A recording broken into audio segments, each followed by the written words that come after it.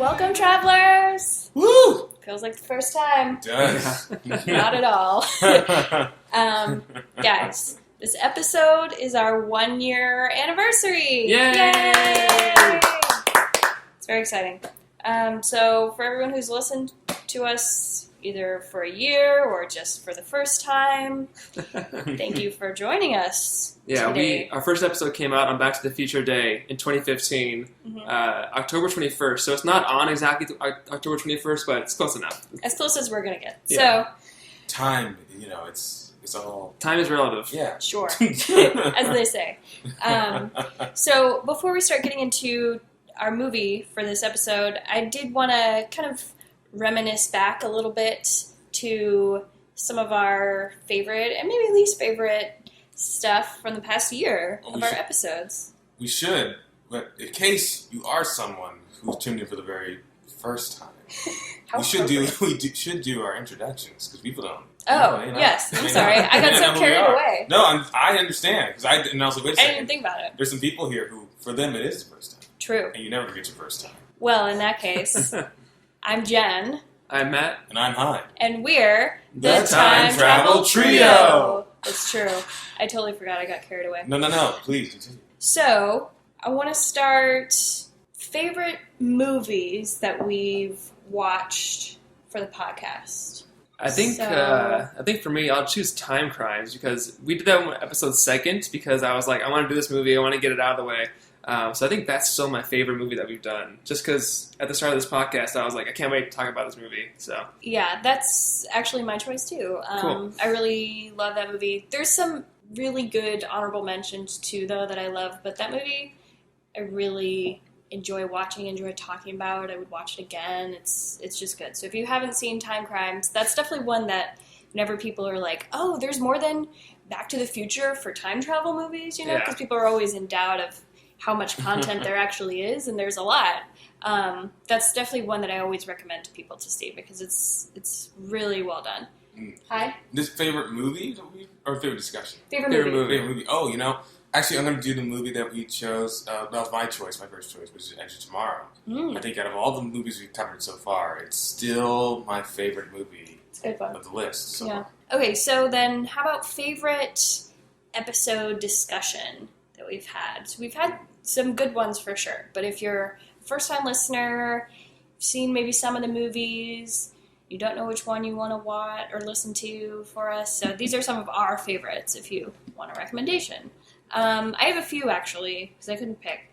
I do want to mention, I really loved our discussion on Sound of Thunder, which was just a few episodes ago. I thought that one was really good. Yeah. Even though it's not the best movie, that's definitely an example of a movie you don't really have to see before listening to our discussion. Yeah, that's true. You're not going to miss much. And we had fun, I think, talking about that. Yeah, it follows and breaks so many tropes at the same time with time travel movies and just filmmaking in general that it's one of those things that you can just talk about forever and talk about why would they do it this way? Why did they do it this way? And like, oh my gosh, of course they did it this way. Yeah, exactly. yeah, I agree. I always like the movies. I like talking about movies that we dislike. So like Sound of Thunder, Project Almanac. Those are like the fun conversations because every movie fan loves just tearing into a movie that they disliked. Yeah. It kind of like, you remember that, it just feels, I mean, not to like knock movie makers, obviously, they do the best they can, but like, sometimes it's fun to just be like, this movie was so bad, let me tell you why it was so bad. Yeah, I definitely had to put our episode 4, which was Project Almanac, on my list. We talk about it all the time. It was obviously, we had to start with Back to the Future for many reasons, but so my first real choice that I got to pick was Project Almanac, and I'm glad we did it so early on because it's good to kind of compare that to other movies that we've seen that are kind of similar. But that one that movie spawned me wanting to start this podcast with these two guys. I just had such strong opinions of it, so that was a really fun discussion too. That was a fun one. What's one of yours? My favorite discussion, actually, I went with Predestination because, it is a movie that you have to see the movie before you watch the discussion. But it was one of the richer discussions I think we've had.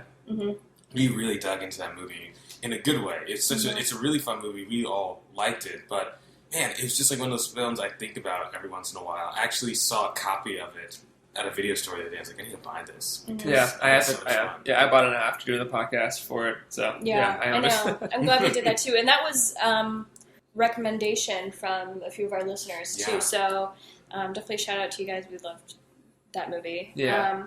One of my other ones, I liked our discussion from the lake house. I thought that was kind of fun. That was definitely not the worst movie, I think, on our list. Clearly not the best, but I think it was fun talking about Sandra Bullock, Keanu Reeves, architecture, all that kind of stuff. Love letters and mailboxes, and so that one was fun. So, okay, what about favorite example of time travel in the films that we've seen?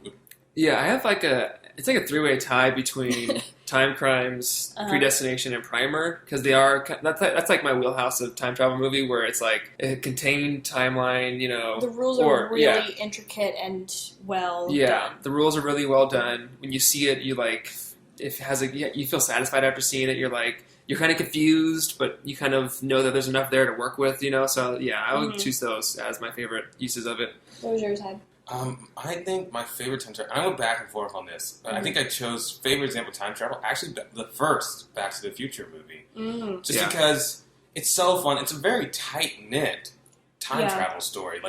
The rules make sense in the universe. They execute them very well, and you have a lot of fun. It's not too hard to follow or anything of that nature, so that's why I chose it. Yeah, I chose Predestination. I like that it's very mobile.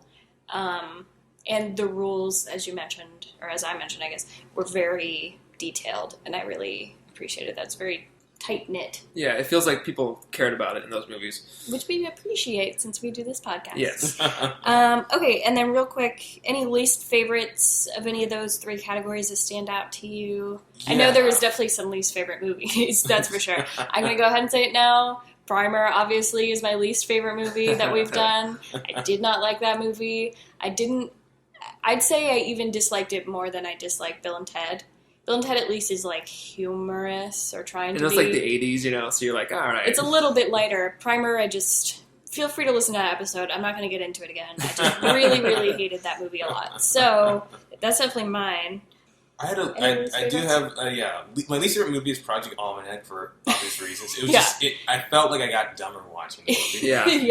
But least favorite time travel, this might be controversial, so you don't have to be alone with your Primer controversy, Jen. Okay. Least favorite time travel is Back to the Future 2.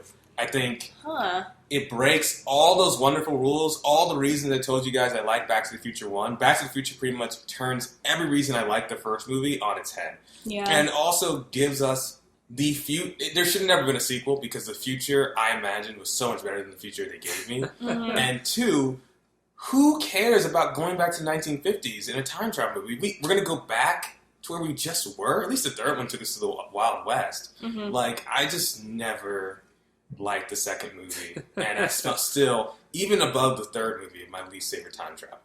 Yeah. I mean, I liked our episode on the third Back to the Future. Of course, we had Kevin Porter from Gilmore Guys. That was really fun to have him there. And of course, we have to also give a shout out to Zach Heltzel from Zetus La Podcast. Thank you. Sorry, I was totally blanking. Who did Minutemen with us, which was episode 14, the Disney Channel movie.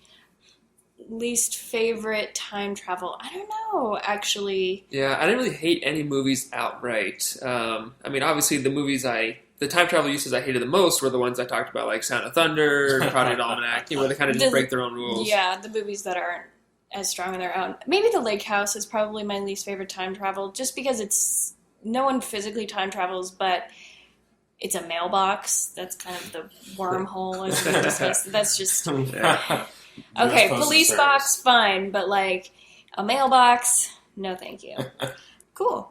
Anything else you guys wanted to mention? Yeah, thanks for if you've been here since the start, thank you. If you weren't but you're still here, thank you again. Thank you everyone who's listening. Yeah, we really enjoy doing this, and hope you guys enjoy listening to us talk. I don't know.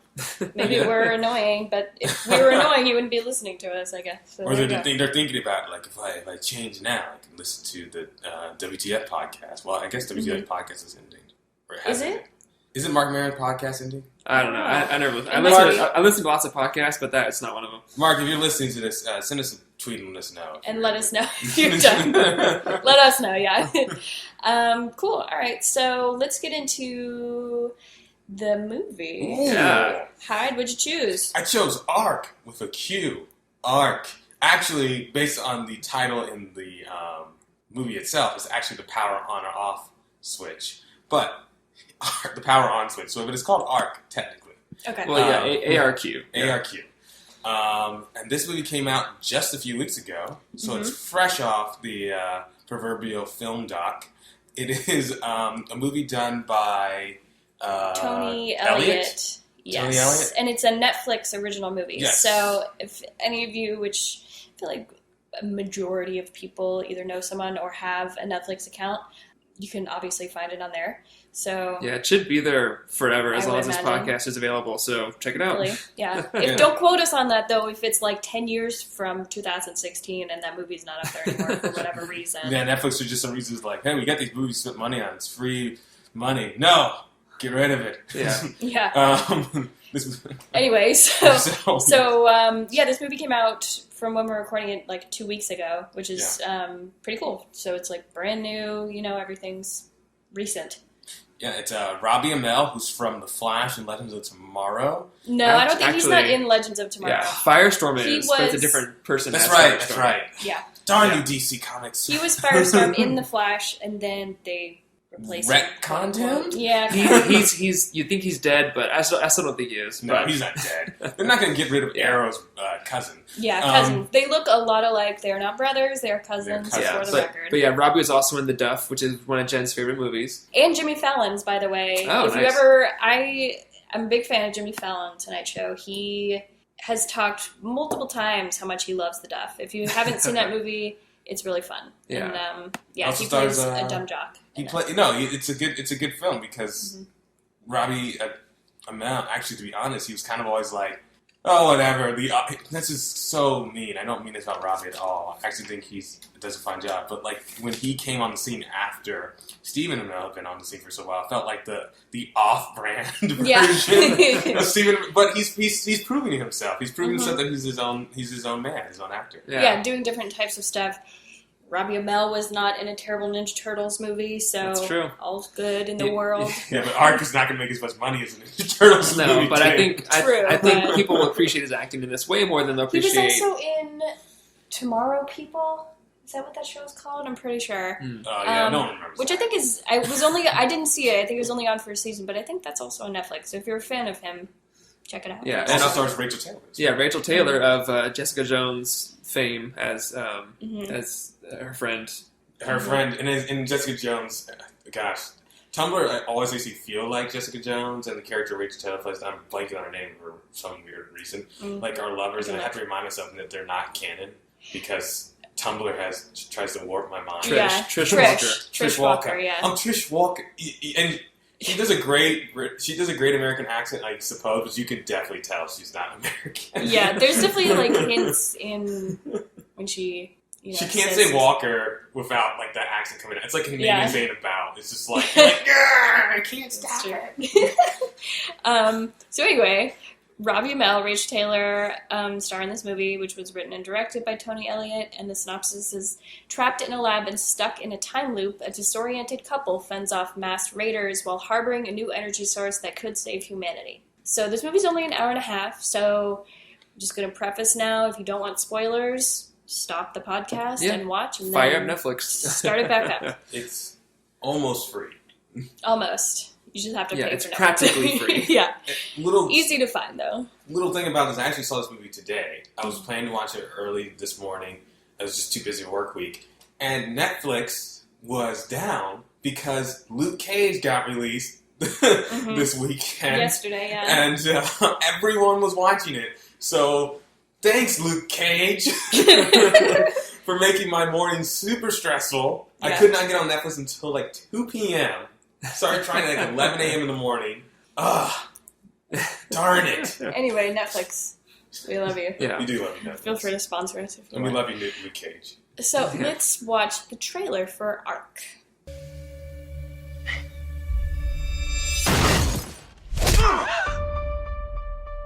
Who are they? I don't know. followed you. No one followed me, Ren. What do you want? The Ark.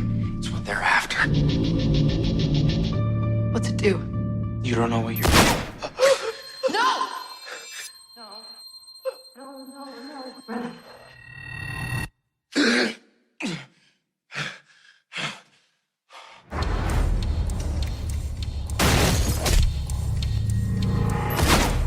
Today is repeating. No! Tell me you remember, but you have to remember. Have you lost your mind? You don't have to believe me, but I need you to trust me. They shot you. You remember? Is this a dream? How is this happening? I think the Ark is causing time to loop. How? I don't know. You're not telling me something. You're crazy. Doesn't mean I'm wrong. This can't be happening.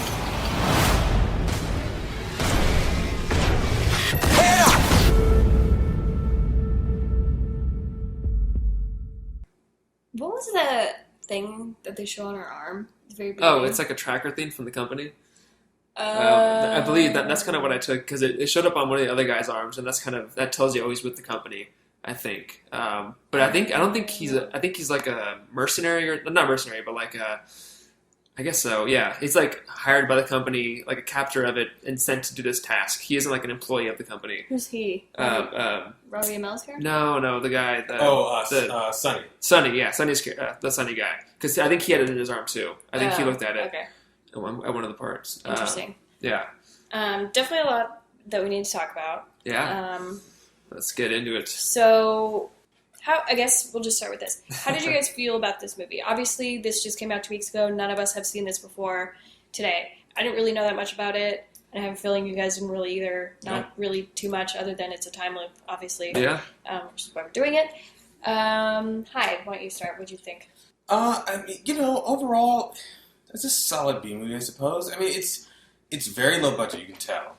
But not like in a low budget where everything's crude. They're very clever with how they disguise their minimal budget. It's one of those movies that you would probably pick up at the video store back in the day when we had video stores like Blockbuster, and you just check it out like, yeah, this is kind of an interesting cover, and then you watch it. I mean, it's I don't know how to really describe it. It's kind of this. It's a movie. Yeah, it all. No, I agree with you. It felt like a really well done student film, and I don't mean that like in a negative way, but just because it all takes place in the same location. There's not any of these like extravagant effects or set pieces really, other than the actual machine, which itself isn't that extravagant. It's practical. Yeah. Right. And it's like this world, you don't really see the outside. Like, it's, as you say, it's pretty clever. I did like this movie, though, which I think is interesting because it did feel a lot like Primer in some ways. Yeah. But I enjoyed this. So, just saying. Yeah, I really like this movie. When I saw it, I liked the character development. I liked the relationship between Renton and Hannah. I liked the world it was in. I like this movie a lot. So, yeah, good job, Tony Elliott. I think, I think this is kind of, it won't be like up there with like Predestination in terms of like my enjoyment of it, but it was. I liked it a lot. Yeah, I agree. So let's talk about the time travel.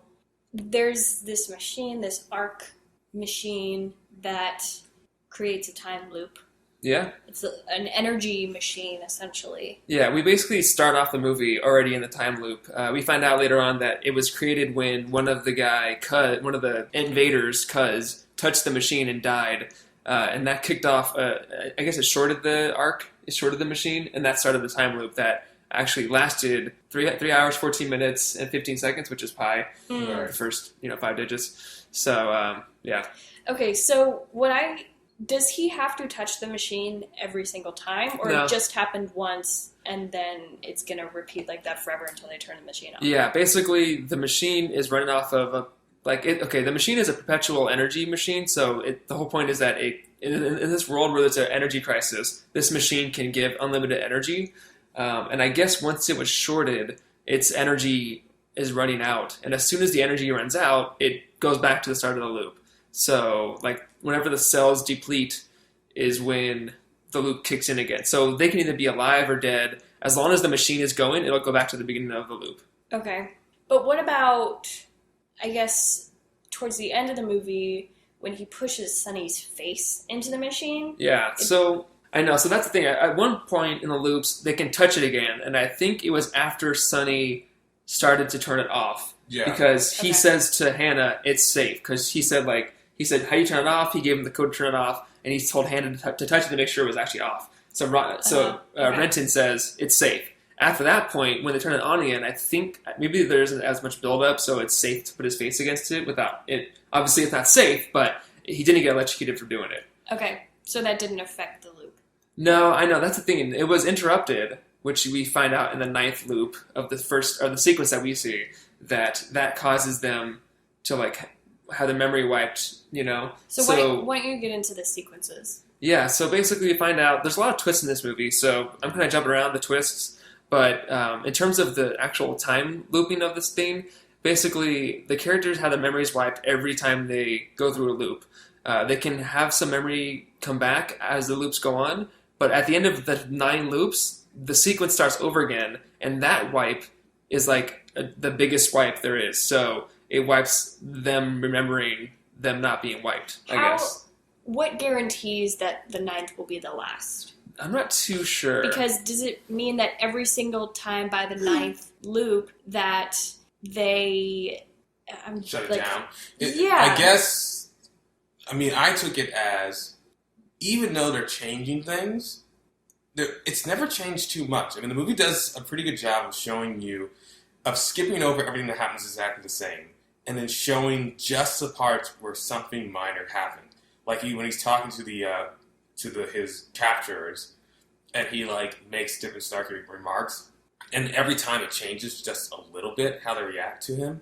Mm-hmm. So my thing is, I'm guessing every time he does it, eventually at 9 times, something big happens where that has to get changed. Yeah, because everyone can eventually realizes what's going on. And they're the same people because once the whole sequence after the 9th and it completely starts over, no one remembers anything, they're still the same people. Yeah. They're still going to do the same actions more or less with, as you say, minor changes. But I do like that, and this was something that kind of confused me, I guess, until the end, which maybe is how it's supposed to be, but but the reason why, why Robbie Amell and Rachel Taylor could remember stuff before the other invaders could was because there was a line that they said that they're farther away, so it doesn't. I don't know what. Yeah, so basically, the ARC emits electromagnetic frequency that wiped their memory. I guess that's how it's. That's how it kind of when it resets, they have no memory. So that since they're farther away, it had less of an effect, or it wore off. I guess they said. So the people that were closer to it, which was the invaders, they remembered last out of the whole crew. But on that note, when they go outside of the house, they see this rain around the building, and they see that that's where the effect ends. And that really, at first I was like, wait, how does that mean for the rest of the world? Is the rest of the world being reset? Are they only being reset? If so, they've reset thousands of times because they've gone through so many sequences. Does the world keep going, or does it also reset? And I think with the circle, I think it implies that only in there is when your memory can come back, I guess. Outside of that, I don't know. That's one of the little plot holes that I saw. What happens to the outside world is my question. Yeah, because it feels like time only resets within this circle. But you're right. How does that affect when they're continuously going through the same day? How does that affect everything else outside? Yeah, because Sonny calls in a robot at one point, right. So the robot comes from the outside world. Right. So someone out there is getting the call. So I think it resets everything. But kind of. But time has to be different inside of that circle because at one point when he's searching through the house, when Sonny has gone missing, he sees that the clock is moving pretty much every second is a minute. Mm-hmm. So something is happening. Time moves differently within the circle. Yeah, something's definitely happening in the circle. But maybe the reset resets everything. Right. Yeah, maybe. I would buy it if, at the end of the sequence, everything is reset, because we don't really see much of the outside world. It could have just been taken over, a day or whatever to the outside world. But something is happening with the outside world being affected by this device. Like, Right. otherwise they'd be way in the future outside of this whole war that's been going on, you know? Yeah, And they that's have true. all the windows blacked out and everything, so you can never really tell exactly what's happening. Except for, I mean, there is one scene where they do go outside. You don't really see that much. There's a wide shot of the city, but it's hard to really tell what's going on. Mm-hmm. Okay, interesting.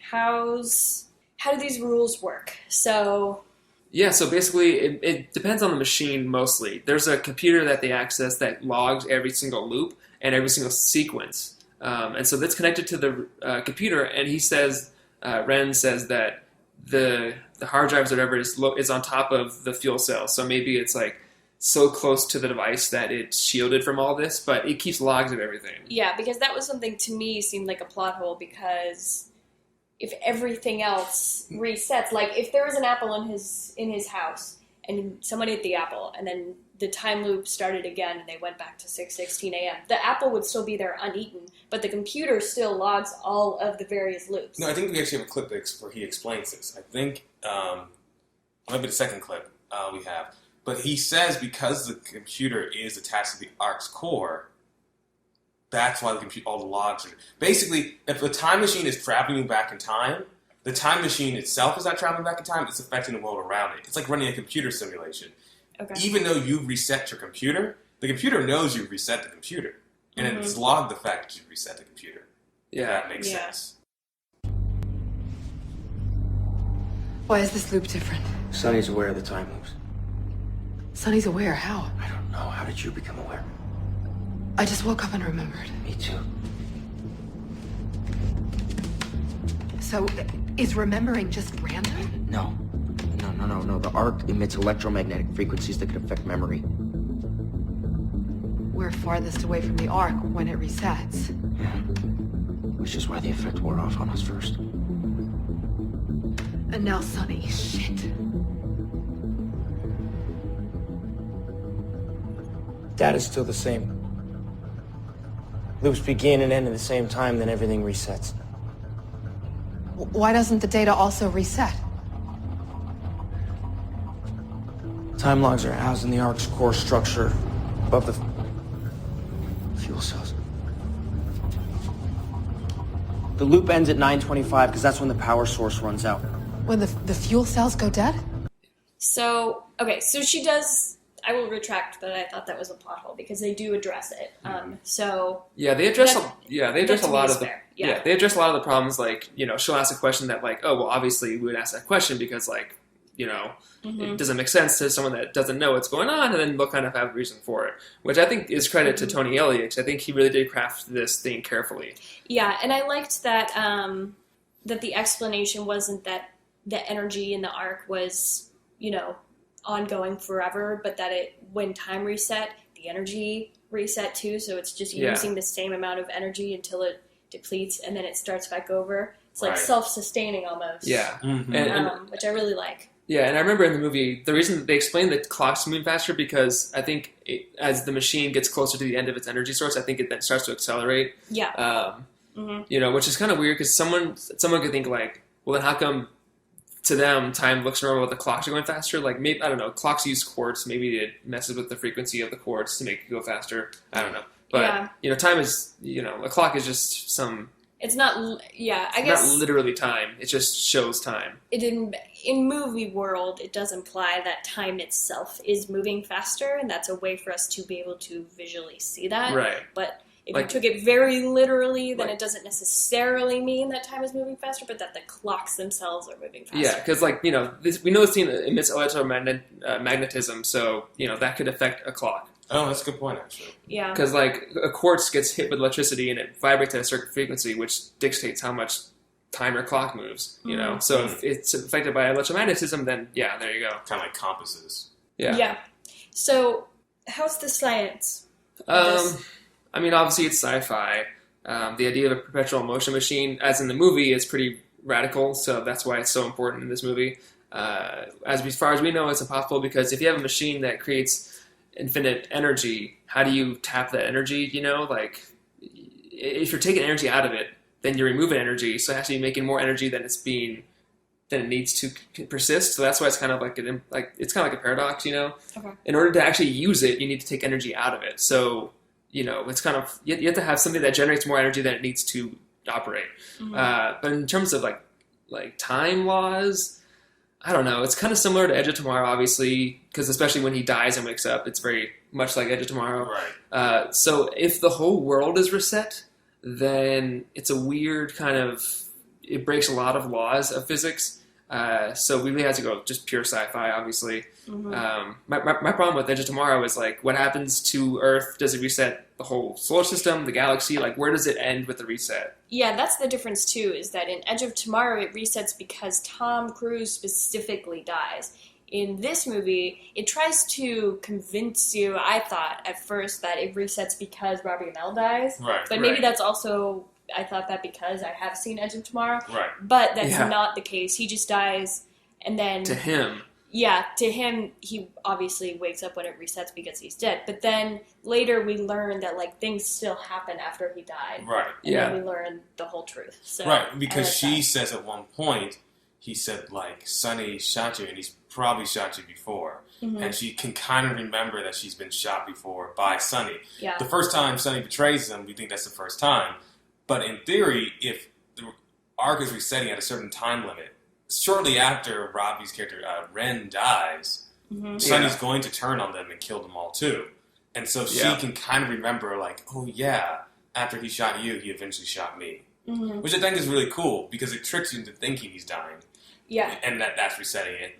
And then it's like, nope, just turns out it's mathematics. Yeah, It's because just... and I like that a lot, because at first I was wondering, like, how is it so connected to him and his death that it wants him to live? Like, there's no way if it's such a machine. Like, at least in Edge of Tomorrow, it's an alien, so there's some leeway there. Yeah, it's like biology. Yeah, this movie, I like the way that it develops the twists. It starts off gradual, like, you kind of learn more and more. You find out, like, oh, she's actually, turning on him, and then it's like, oh, Sonny's there. Yeah. And then we learn more about what the machine's doing. Yeah, so and it's really good she's development. doing what she thinks is right. Yeah, I agree, because the plot device of her betraying him feels a little overused sometimes. But in this case, I do like it because it happens fairly early on, halfway through the movie, I'd say. And then she doesn't remember. And then she doesn't remember, but he remembers, and so that's an interesting dynamic.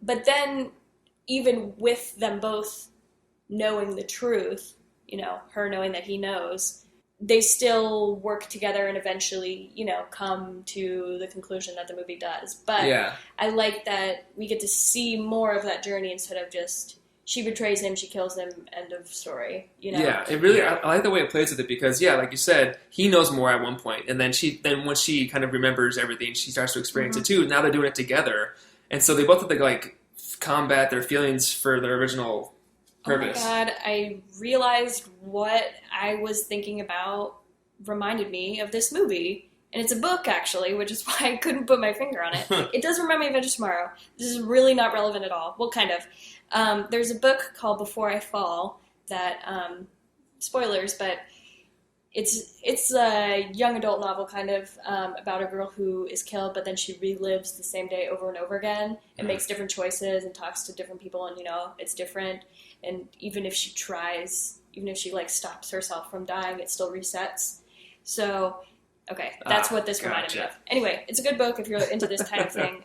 It's interesting. But anyway, sorry. Just like had a light bulb moment. Yeah. What I thought was crazy, too, about this movie was when they finally see on the computer that there's hundreds of sequences that they've gone through. So they've looped, he says, thousands of times, maybe more, which is years. They've been doing this for years. Right. Yeah.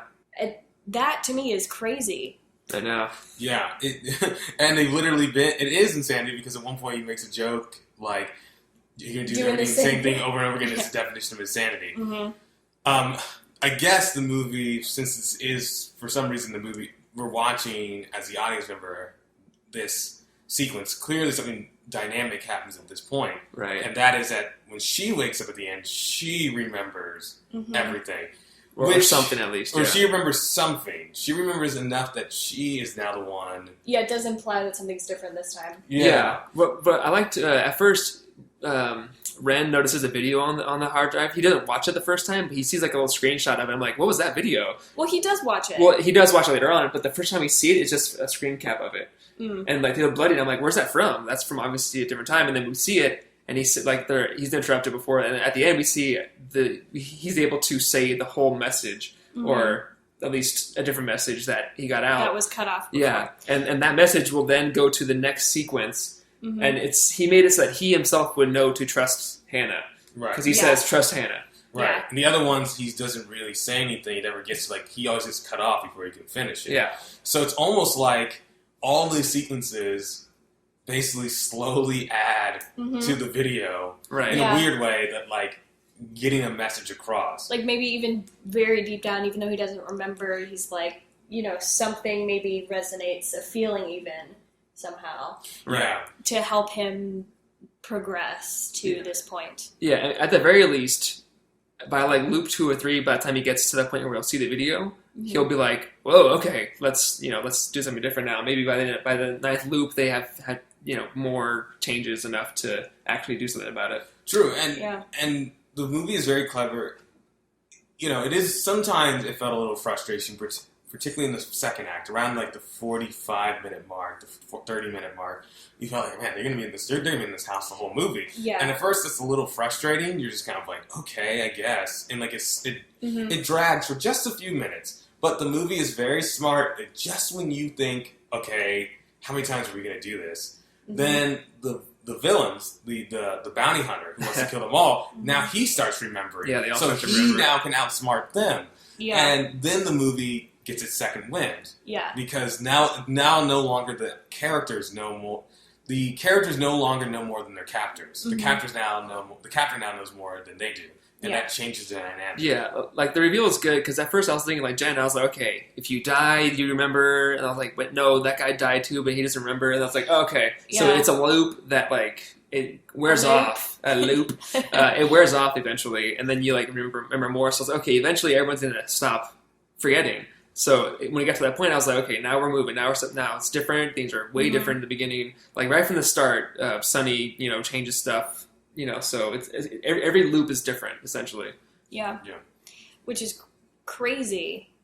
It's kind of crazy. They've been doing this for a very long time. Yeah, and it's very still, long time. I did like that, it opens the movie. We don't know. I mean, it's that big question. That's not necessarily the first time. And obviously we find out later that it's not, but this isn't the first time. It's not like two characters walking down the street and then bad things happen and then they shut themselves in this house. It's like you wake up and you have to figure this out. Right. The movie challenges you that way to have to pay attention and learn. It's not going to hand feed you what's going on, which I really enjoy. Yeah, there's not a ton of exposition. There's a couple of questions. There's a couple of moments where some character will explain. Take them a few moments, but because constantly they have to like make quick decisions. Yeah. There's not a lot of time for someone. There's no like grandiose villain speech, or there's no like grandstanding from the hero. Yeah, it's all gradual. Like you all have to get it bit by bit by bit, and even at the end, like you're not quite sure everything that's going on. You know just enough to move forward, and that's pretty impressive. They managed to do a lot of world building from inside this one suburban house with like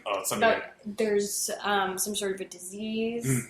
Yeah, the outside environment is toxic. Is toxic. Well, there's like you have some sort of illness or something. that Yeah, they like they can make it a little crazy. I forgot what they call it. Like Yeah, pick or has like something. a weird name. Yeah. Yeah. And then obviously there's also this energy crisis too. And these are things that they don't feel that sci-fi to me. Like maybe these diseases and whatever, but like They don't this feel energy, fantastic. Yeah, energy crisis. the energy yeah. crisis, that's not that much of a stretch. Right. Yeah, and I think at one point they mentioned Los Angeles as an island, so something happened with Earth and I think Australia was totally destroyed too. So I think something's happened with the Earth too. Oh, So- I missed that line. Yeah, That's and right. it's It's like it's in the noise. background, It's yeah. background noise. Oh yeah, when that So- woman is talking, Yeah. you really have to pay attention. It's different. It's hard. I know they say like apples, apparently like real fruit is like a real delicacy fruit. now. Yeah, So I mean, there's little things. They have air masks, so the air is not particularly clean. It's very post-apocalyptic, but in a not in a way that believable like angels aliens have like come down and destroyed the world or anything like that. You know what I mean? Yeah, I mean, and some of the best sci-fi stories are usually ones where we did it to ourselves. I mean, yeah, and this one, it's like a corporation, so it's even more possible. Right. Yeah. I did have one question. It might not be a plot hole, but so the whole thing started because Cuz touched the machine. However, at one point in the loop, Sonny stopped him from touching it, yet it was still looping. So I guess the loop started right before he touched it, not when he touched it. Otherwise, this is what I asked you in the beginning of this episode too. I asked you this. Right. Yeah. Well, yeah. I mean, we're told that because Sonny caused this a short, and that's what caused the loop. Well, no, not necessarily that, but that like he doesn't have. You told me like 40. What time are we at? 40 minutes ago that he doesn't have to do that every single time for it to reset. It just had to happen the first time, and then it's constantly reset because it's resetting because the energy depletes, not because he touches it again. Well, I know like having a dishwasher. If you turn it on once and it shorts out, and now it's stuck on a loop where when it gets to a certain point of the dishwashing run cycle, it's going to start over again. It doesn't matter if you stop someone from touching the dishwasher again. If it's still running, it's going to keep doing that loop. Yeah, but I mean, like, I guess the point is, like, at what point does it start? Does it start after he touches it? Obviously not, because he stopped him from touching it again. So he doesn't need to touch it, but at what point does a loop start? It must have started right before then, because if Sonny can run and stop him before he touches it, it's like right before that moment. That's the difference. Sonny has knowledge by then. It only had to happen the very, very first time before any of the loops started that he had to electrocute it and short it out. That caused the energy to run out faster and have to restart itself. Because if he did a proper shutdown, I see what you mean. Yeah, then it would stop. But he chooses at the end not to shut it down. Yeah. So it can restart, and that was like the big difference. Because when no one has the memories, he touches it. Right. Every time. Yeah, I got until Sonny remembers or whoever, and they stop him from shorting. And he always apparently he killed himself around 6:16 a.m. because that's 6:11. 6:11 a.m. because that's when he wakes up. And even when the one time when they do find the guy who has been shot, got shocked, not shot. They are talking about, oh man, we stopped you. You almost electrocuted yourself, blah blah blah, and then they all get shot again. So it's interesting. I mean, the movie does a good job of, like, for instance, in my mind, once I found out that Rachel Taylor's character was a traitor, my natural thing is like, oh, why is he, like, playing along? Like, I would have, like, put her in a headlock and, like, held her hostage against her own men. And then, but the movie does a good job that it doesn't really matter what choices you would have made. Unless you make a choice that decides to shut down the machine, any choice you make it's like any choice you make kind of gets negated by something that happens in a loop. Like, even if you as the audience member say, I wouldn't do it like that, it doesn't really matter because something will still happen. Like, you can't, it's not like Edge of Tomorrow, a movie that I really like, where you can just say, well, why doesn't Tom Cruise do this time? Why doesn't Tom Cruise, even though that movie answers the question pretty well too. In this one, it doesn't matter if he takes her hostage, it doesn't matter if he plays along. Eventually, it's going to get bad. Because eventually he's going to have to make a decision that puts their lives in danger, no matter what he does. It's kind of his choice how he wants to get more information to be better equipped the next time. But even if every single person in that house dies before the end of the loop, they're all going to restart when the loop restarts. So it doesn't really, you're right, it doesn't really matter. Yeah, as long as it doesn't get turned off, it's like, okay, look, just don't turn it off and then we'll both be alive, I guess 10 to 3 hours ago, but yeah. Yeah. Okay, so what else? Consequences. I mean, don't touch it. Yeah. I mean, yeah, like it's, when they wake up, their memory is back. I don't think there's no like lasting effects, obviously, because they've done it thousands of times. Other than you remember more, like when she wakes up at the end of the movie, she obviously remembers something. So eventually their mind, I guess, is catching up to it, but... Yeah, somehow, which is interesting to me because I was kind of confused when they explained, okay, Robbie Amell and Rachel Taylor are farther away, so that's why they get their memories back before the other intruders, but Robbie Amell gets his memories back a few times before Rachel does, so that to me, at least one or two, Yeah. But if they're in the exact same place, they're in the same bed, how does that make sense? That his would come back before hers? Well, because she's aware that they're coming in the house, so we don't know if she's in the bed the whole night. Well, no, they're both in bed at 6:11. It only matters when it's Good point. resetting. Yeah, I mean, like maybe his brain is different. Like I don't know, maybe like he has a better. But then I don't know. It's like in these little loops, maybe that's what happens. But in the bigger loop, the outer loop, when she wakes up at the beginning of the next sequence, maybe that's like a different type of. Well, that's why I think it's confusing, because why would she wake up with memories? He doesn't. Well, there is one explanation. I'm not saying this is, but it's an interesting theory. We know he dies at the end of that first sequence. Her character has not died by the time he gives the message. And if she gets further away before it resets, then she's going to have a different response to it. Like if she starts to like run away from the Ark after he dies, she's going to be able to remember more than he did. That's true. Because he dies like right next to the Ark. Yeah, and most of the time, there's a few times where she dies first, but most of the time, he dies before she does. Right. Yeah, I mean, I think it matters like the time the sequence starts. I think that's what matters. I think. But he's right. The very first sequence when he's like thrown down the stairs and he breaks his neck, and that's how he dies. She's not even there. So like, who knows how long? Right. Did they? We don't see that. Her story. We don't see all of what she does when he's dead. Yeah, but I think the sequence that we actually see in the movie, I think what matters is like the beginning of the sequence. Yeah, but I mean, like once it starts to wear off, it's wearing off. Yeah, I mean, like on the first loop, he dies pretty quick. She's not dead yet. Yeah, no, that basically is loop 2. Like loop 2, at that point, they're already starting to be worn off. It's already starting to wear off. So it's independent of where she is at that point. And even before she remembers everything, because when she quote-unquote remembers it, she treats it more like it was like a dream. Like the first time. Yeah, they mentioned deja vu a couple times. Right. So when Robbie wakes up in that first new sequence, when the movie begins, what does he actually remember from last? Like, does he think what happens was this just a weird dream? Because he wakes up, he kind of takes a second, but he definitely seems like he's not like relaxed necessarily.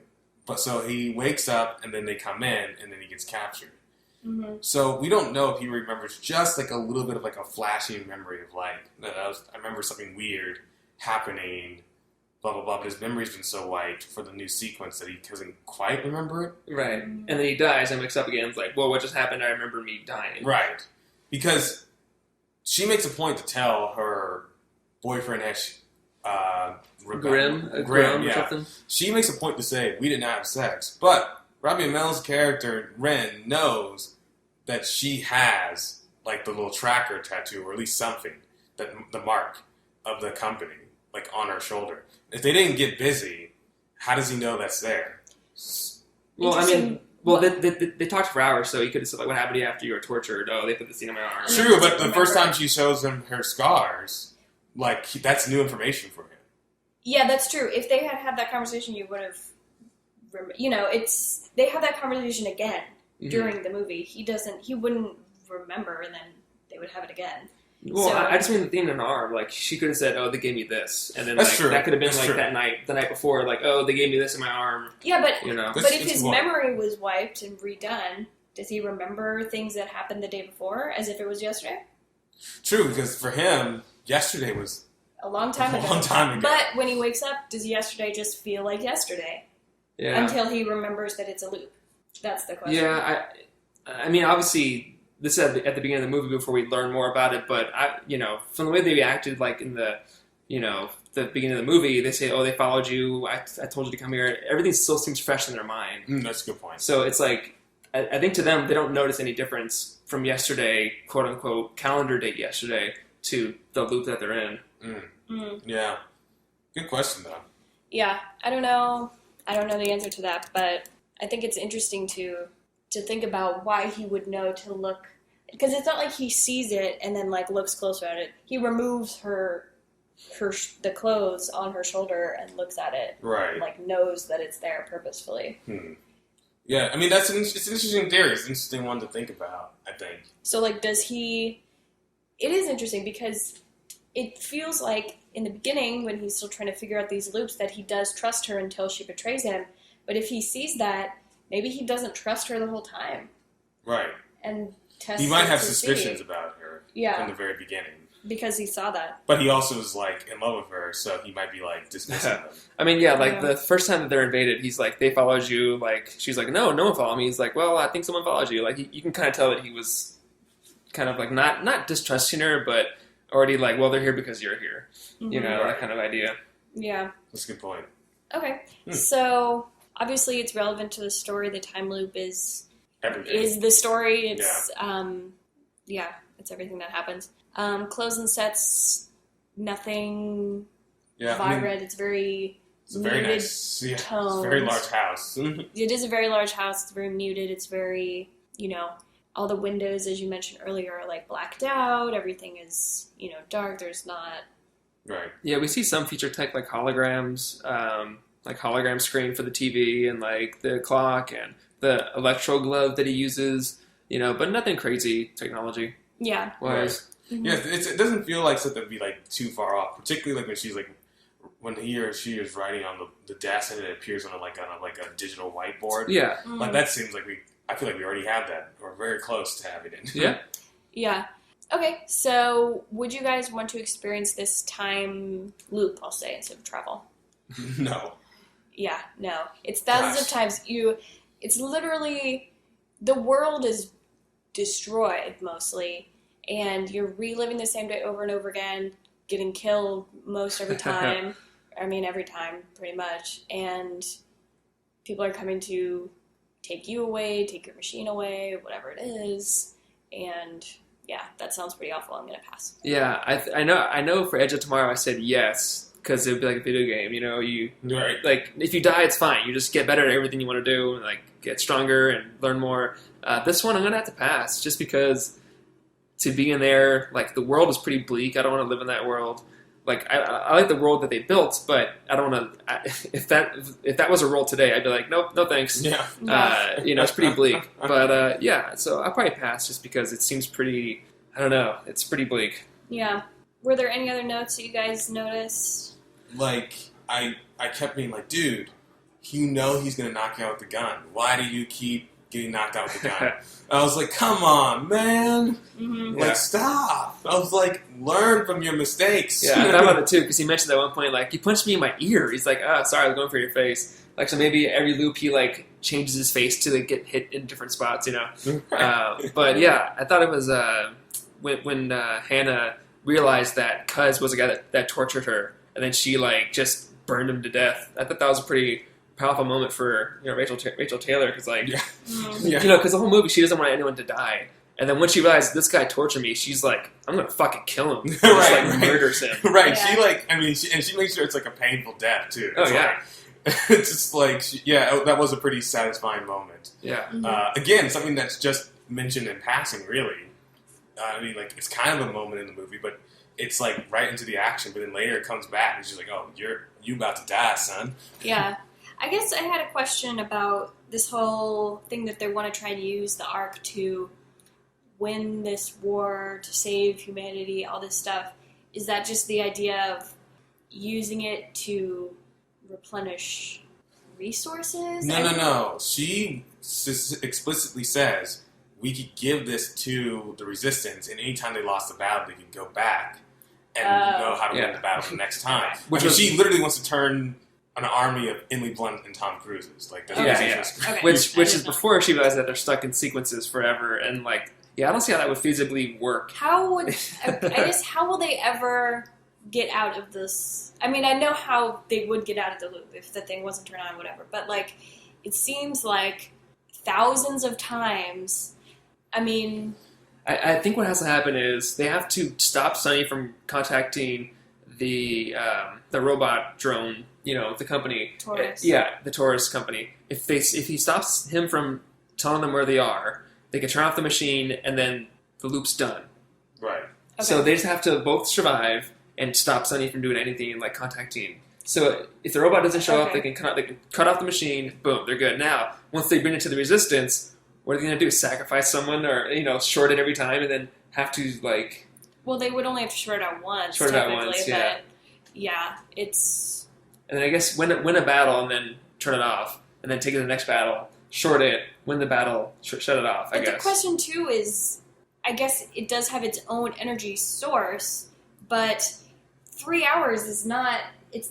Well, that's because when they got shorted out, that caused the energy source. But they can't ever go back before it's shorted out. Yeah, They're to already in use the loop. it. True. Yeah, to use it, they have to start the loop, which True. means short it out to make it do this over again.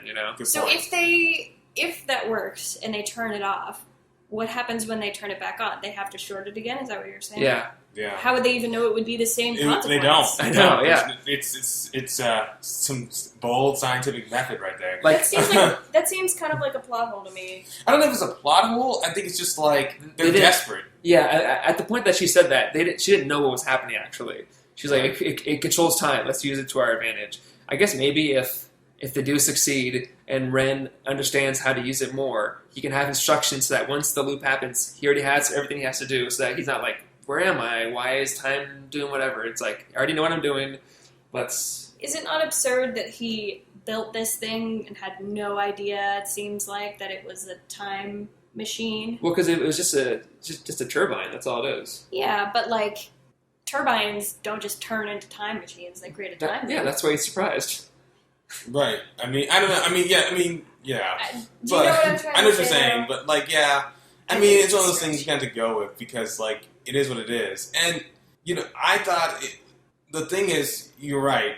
In order for them to stop it, to even study how everything went wrong or how this worked, because one, just having an unlimited energy source could probably help that resistance quite a bit. That's I mean, what I thought they meant, yeah. they might do that. I mean, but the problem is, as soon as they realize, oh, we've got to kill Sonny, Sonny becomes aware that they know he's trying to kill them. So there's never a chance for them to ever just like get the easy kill of like, give me your gun, hey Sonny, and then kill Sonny, and then I mean, being the brutal person that I am, I would probably.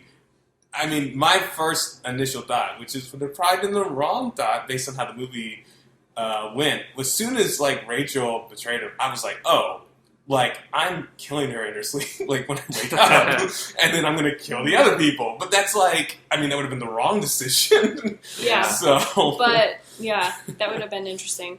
Yeah, I guess I don't see their end goal, but you're right, maybe it's just desperation. Well, I mean, like the point that he sees the movie, I think that's enough time before Sonny realizes what's happening for them to act on it and to stop it from happening, I guess. Yeah, Like- maybe. If she remembers, then she can tell him to watch it, I guess. Yeah. But, yeah. But I don't know, what's to say that Sunny doesn't also remember because she remembers, so... they've been doing it hundreds of times, so Yeah. clearly. Would that not, like, kill their brain or something? Would I know, that not affect that at all? Well, see, that's the thing. Like the consequences, I was trying to think of anything with the mind. They never really mentioned any headaches or anything like that, So it really is just like your memory being gone and coming back slowly. Like you know? in Paycheck, almost. Yeah. How they kill his memory, quote unquote. Yeah. But then when the feds wipe him, it can still come back, kind of. Yeah. I don't know. Well, I mean, a couple people do say like you are like exhibiting signs of that disease that came up, or like researching hallucinating, which is probably just because they're talking about time travel. But who knows? They could be a little off. Like at one point, she asked him, "Like, are you crazy?" And he said, "Like, maybe, but I'm not wrong." Yeah. Like, so Yeah. he definitely doesn't feel like 100%. Like, Yeah. one of the, I think his name was Sun in the movie. He says he has deja vu from the news broadcast. And some guy's like, oh, it's because of whatever, it's just showing it again. But I think that's him being like, I kind of remember this moment here, Right. So, Yeah. Like, I think there's like residual stuff floating around in their heads. But it's also probably, you have to accept, too, that you're reliving the same day, which is why they keep throwing around words like deja vu, because, maybe your mind is trying to fight against realizing that is the truth. Yeah. So, okay, I think those were all my notes. Do you guys have anything else? Yeah, I mean, I think this movie was really good for its budget. I think the director said it was under $2 million that they made this movie. Wow. So yeah, I mean, it's a good, low budget movies seem to do pretty well if you do, if you actually make them. Well, more or less. If you actually like. Not a guarantee. Yeah. Sound of Thunder was a big budget movie. Yeah, like. Let's not forget that. Yeah. Yeah, if anything, budget does not dictate any quality. It's like, if you really care about the movie you craft, it could be a good movie. Yeah. So our next episode is Matt's Choice. What did you pick for us? We will be doing Source Code. Ooh. Cool. I haven't seen this movie before at all. But yeah, Jake Gyllenhaal came out in 2011. Yeah, I've heard it was pretty good. So, Okay, so the synopsis, a soldier wakes up in someone else's body and discovers he's part of an experimental government program to find the bomber of a commuter train, a mission he has only 8 minutes to complete. So it also seems like maybe a time loop. Yes. Mayhaps. I think I'm the only one in this trio who has seen this movie before. Yeah. So this will be an interesting one. And I think this was probably maybe one that you picked originally, but you wanted to do ARQ, so can't do 2 in a row, sir. yeah. I'm so greedy. I know. We never gave the reviews for the movie. Oh, yeah, which we will. Yeah. I did want to mention there isn't a Rotten Tomatoes rating for ARQ because it's a Netflix movie and it's so recent, so there haven't been many reviews. So we'll just give ours. So, who wants to start? You want to start since you chose? I think movie rating, I'm going to give this, I was thinking 6.5, but thinking about it more, I'm going to give it a 7. I'm going to give it a 7 as movie rating. It's not, because of its limitations with budget and just what it can do tell in the story it's been relegated to, it doesn't really have a chance to delve into some kind of interesting stuff that I wish they kind of had begun a little bit more about. And it does kind of end at a weird point. I don't dislike the ending. It makes sense. It's a great twist, but it also is a little unsatisfying. Yeah. So, that kind of lowers it a little bit too. But it's, it's well done. For the most part, it's pretty well acted and well shot and well edited. So, 7. Yeah, I agree with you. I didn't mind the ending either, but it didn't feel like it totally concluded. Right. I guess. And I would have liked to have learned a little bit more about the outside world instead of just conversations and minor exposition to kind of build that a little bit more. They do build it well, but I would have liked to have seen a little bit more, regardless of the fact that it's, small budget, but, it did feel a little bit like you were trapped in there with them, which maybe was the point, but to me it was a little bit too long of a movie for it to be all in one place for me. So 7 out of 10. I like the movie a lot. I'll give it an 8 out of 10. I like I like the actors in it. I thought they did a really good job. I like the way it all played out. There was enough twists that it always happened. Once you know more, another twist comes up, and it's I thought it was really good development. I like all the exchanges between Ren and Hannah. Them kind of obviously caring about each other, but also not liking each other anymore. She says at one point, "I hate you," straight up hate him. But then she came back because she wanted to see how he was. And then we see that play out more as they experience the day over and over again. So, I think the director wanted to have this story of the character, and I thought he did a really good job of that. Mm-hmm. And so that really stuck with me the most about this movie. And the time travel was good enough. I think it helped. If anything, it was a background to the character stuff that was happening. It was after a certain point, they're going through loops, but it's more about them and trusting each other enough to want to end the thing together. Mm-hmm. So what's your time travel rating?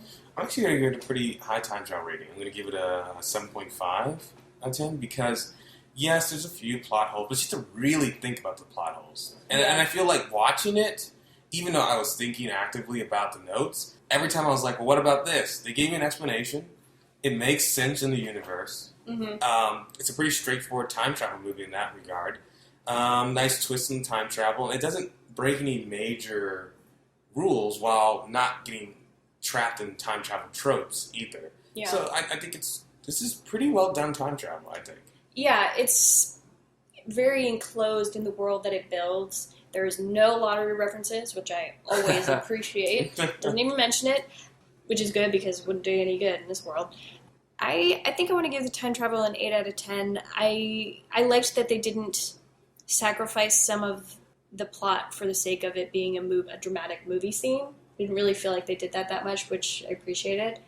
And it felt very well contained and pretty strong. There was explanations, more or less, for majority of questions I had, or plot hole that I thought about the computer. At least they address it. So yeah, 8 out of 10. I liked this time travel. Yeah, I agree. I'll give it an 8 out of 10 as well for time travel.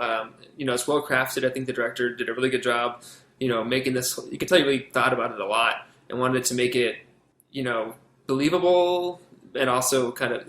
I think he wanted to make it more scientific and less like magical, which some movies do tend to do. Mm-hmm. So he did have to come up with these explanations as to why things are happening, and I think it really shows. I did want to see if I could ask them a question. I would ask like the time passing for the outside world outside of the circle, because I'm curious to see that. It's not a plot hole per se, but I want to know if it's also being reset or if it's like with each sequence or whatever. I mean, it could potentially be a plot hole because the robot comes from the outside world. It enters into the barrier.